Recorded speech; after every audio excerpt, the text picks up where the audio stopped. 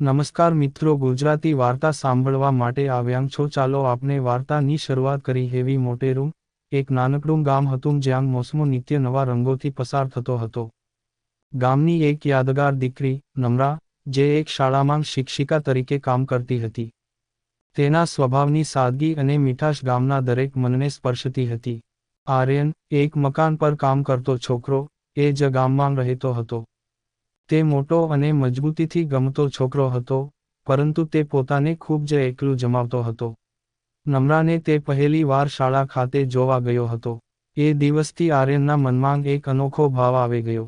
નમ્રાને પણ આર્યનનો સ્વભાવ ગમતો હતો. તે પોતે એક નમ્ર, આદરપૂર્વક અને પરિશ્રમકુશળ છોકરો હતો. એ જ દિવસથી નમ્રા અને આર્યન એકબીજાને ઓળખવા માટે વાત કરવાની શરૂઆત કરે છે. એક દિવસ નમ્રાએ આર્યનને એક સુંદર બાગમાં આમંત્રણ આપ્યું, જ્યાં તે બંને મળ્યા અને વાતચીત શરૂ કરી. આર્યનના કંટાળાના જીવનમાં આ મીઠી વાર્તાલાપ તેને એક નવી ઉત્સુકતા આપે છે. આર્યન, તમે ક્યારેય માની લીધું છે કે પ્રેમ ક્યારેક એ અંધારી લાગણી બની શકે છે? નમ્રાએ પૂછી. હા, પરંતુ હું ભવિષ્યની ખૂણાની વિચારણા કરતો નથી, આર્યને જવાબ આપ્યો. પરંતુ જ્યારે તે પ્રેમ હોય છે, તો જીવન પોતાને જ અનોખા પંથ પર લઈ જાય છે, નમ્રાએ આંખોમાં ચમક સાથે કહ્યું. એ દિવસે આર્યન અને નમ્રા બંને એ જ વાતને સમજ્યા.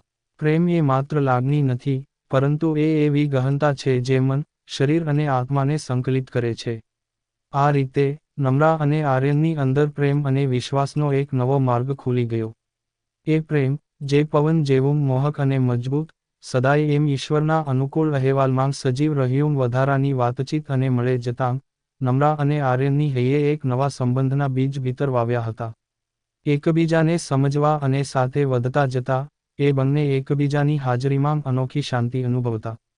આર્યનના જીવનમાં નમ્રાની હાજરી એક નવી આભાને જેમ આવી ગઈ હતી. એ પહેલાં તે પોતાના રોજિંદા કામો અને પૈસાની જરૂરિયાતોમાં ફસાયેલો હતો.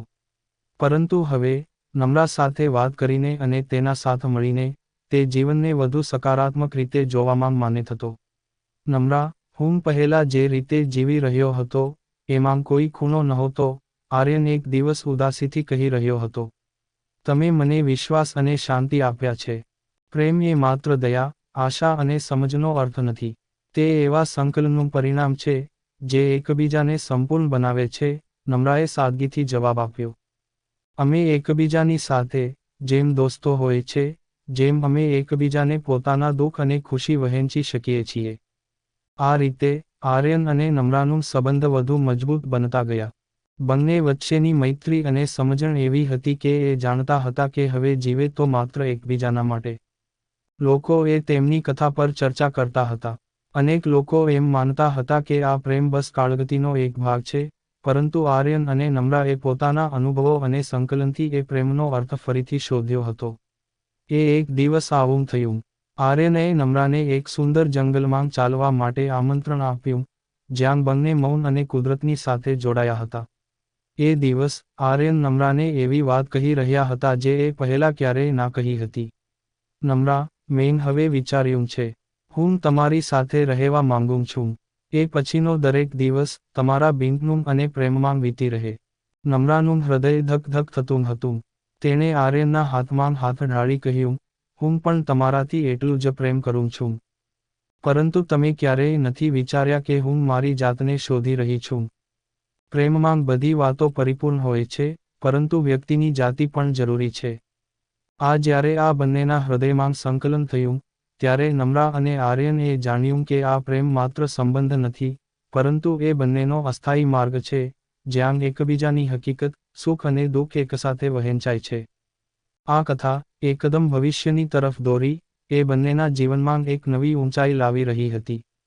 આ એક એવી પ્રેમકથા બની ગઈ, જે એ બે લોકોને આત્મિક રીતે અને શારીરિક રીતે પોતાના જિંદગીના સાચા માર્ગ પર દોરી રહી હતી.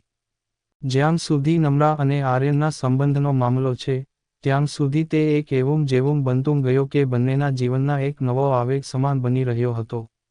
એકબીજાની હાજરીમાં કોઈ પણ અવરોધે, તેઓ અનુકૂળ અને મજબૂત રહી રહ્યા હતા. આર્યનને હવે તે વાત સંજીવની લાગી રહી હતી જે પહેલાં તે ભૂલી ગયો હતો. જીવનમાં માત્ર દ્રષ્ટિ અને શ્રદ્ધા જ મહત્વપૂર્ણ છે, પરંતુ પોતાના દિલની લાગણીઓ અને સત્યને સ્વીકારવો વધુ મહત્વપૂર્ણ છે. એક દિવસ, જ્યારે એ બંને બાગમાં બેસીને ચા પી રહ્યા હતા, નમ્રા એ આશાવાદી થઈને કહી રહી હતી, આર્યન, દરેક દિવસમાં એવી મીઠી મૌન વાતો છે, જે એ દિવસને સુખમય બનાવી દઈએ છે. આજે આ વાત તમારી યાદોમાં શું રાખી છે? આર્યન મૌન રહીને તેની આંખોમાં એક ઊંઘતી જગ્યા જોઈ રહ્યો હતો.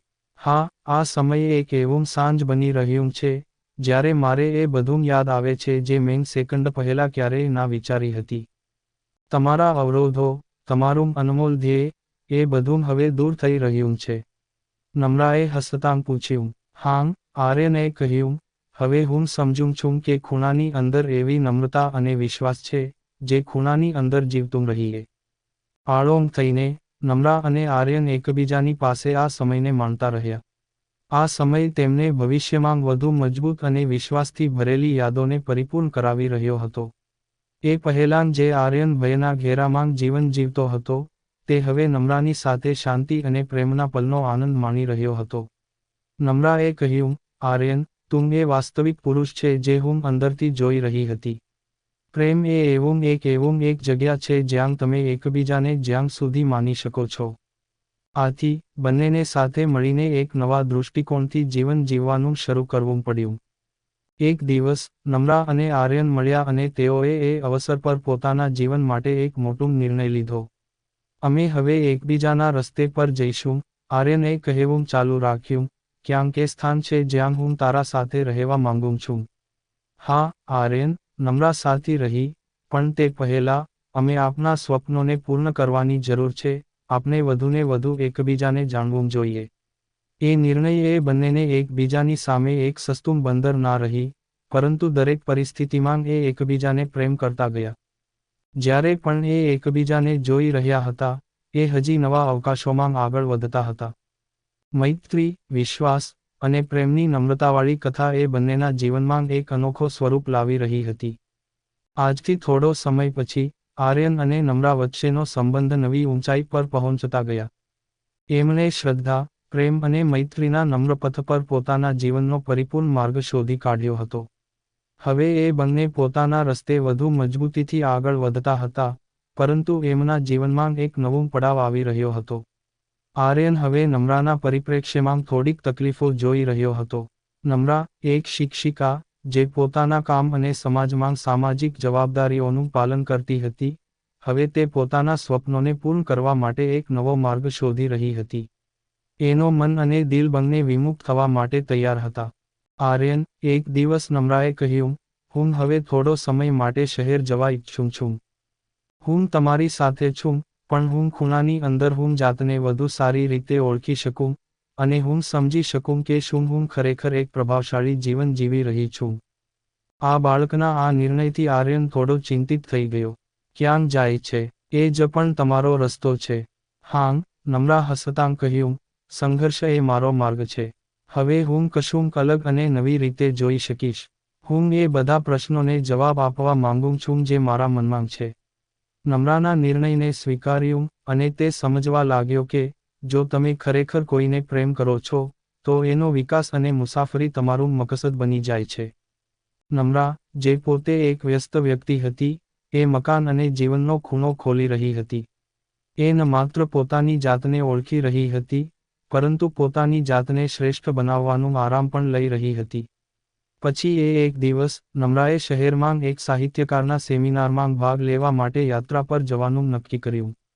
આ આર્યન માટે સંકટમૂલક હતું, પરંતુ તેમણે નમ્રા માટે એક પ્રતિસાદ આપ્યો. જ્યાં સુધી તું સારું હમણાં સુધી કરશે, ત્યાં સુધી હું તારામાં માટે છું, આર્યન મીઠાઈથી કહ્યું. નમ્રાએ એને એક ખુશીની ઝલક સાથે આશીર્વાદ આપ્યો. તમારા આશીર્વાદ મારા માટે અમૂલ્ય છે. સંબંધના આ નમ્ર માર્ગ પર, બંને એકબીજાને નવો દૃષ્ટિકોણ આપી રહ્યા હતા. મૌન, સમજણ, અને આપની જાતને માટે પ્રેમ એ દરેક વખતે શક્ય હતો. તેમને સાથે મળીને એક એવો દૃષ્ટિકોણ શોધી કાઢ્યો હતો, જ્યાં પ્રેમ અને જીવનના દરેક પથ પર એકબીજાને સમજવાની અને સન્માન આપવાની ક્રમશ લાગણી હતી. સમય આગળ વધ્યો, અને નમ્રા અને આર્યન બંનેના રસ્તા પર ઘણા નવા અનુભવ આવ્યા. નમ્રાએ શહેરમાં ઘણા નવા લોકો, નવી અનુભવો, અને નવી દિશાઓને જાણવા માટે દાવદાર અને નમ્ર પ્રતિસાદ સાથે તેમની રીતે આગળ વધતા ગયા. શહેરમાં રહીને એ એક નવી સકારાત્મક ઉર્જા અનુભવી રહી હતી. આ દરમિયાન, આર્યન ઘર પર રહેતો, પરંતુ તે નમ્રાના દરેક દિશામાં આગવી રીતે સહકાર આપતો રહ્યો. એક દિવસ, નમ્રાએ આર્યનને ફોન પર કહ્યું, આર્યન, હું આજે એમ સાહિત્યકારને મળવાનો અવસર પામ્યો છું. તે એવી વ્યક્તિ છે, જે હું જીવનના ખૂણામાં ખોજી રહી હતી. તે કહે છે કે દરેક સોફ્ટ કોલને જીવનમાં યોગ્ય રીતે ગણવું જોઈએ. આને સાંભળીને આર્યન હસતાં કહ્યું, તમે કંઈ નવો વિચાર શોધી લીધો છે. હા, નમ્રાએ જવાબ આપ્યો, એ વિચાર એ છે કે પ્રેમ એ ફક્ત અંગીકાર અને જોડાવાનું છે, પરંતુ તે આપણા આત્મિક વિકાસના મંત્રો સાથે સંકળાયેલો છે. અહીં, હું જાણું છું કે આ પ્રેમ મને વધુ આગળ લઈ જશે. મને ખૂબ ખુશી છે કે તમે આગળ વધી રહ્યા છો, આર્યન કહેતો રહ્યો. નમ્રા અને આર્યન હવે એકબીજાને સ્વતંત્રતા અને પ્રેમના એક નવા દૃષ્ટિકોણથી જોઈ રહ્યા હતા. આ તેમની પ્રેમકથા એ નવું દ્રષ્ટિ પસંદ કરીને આગળ વધતી રહી સ્ટોરી સાંભળવા માટે ચેનલને સબસ્ક્રાઇબ મિત્રો ધન્યવાદ.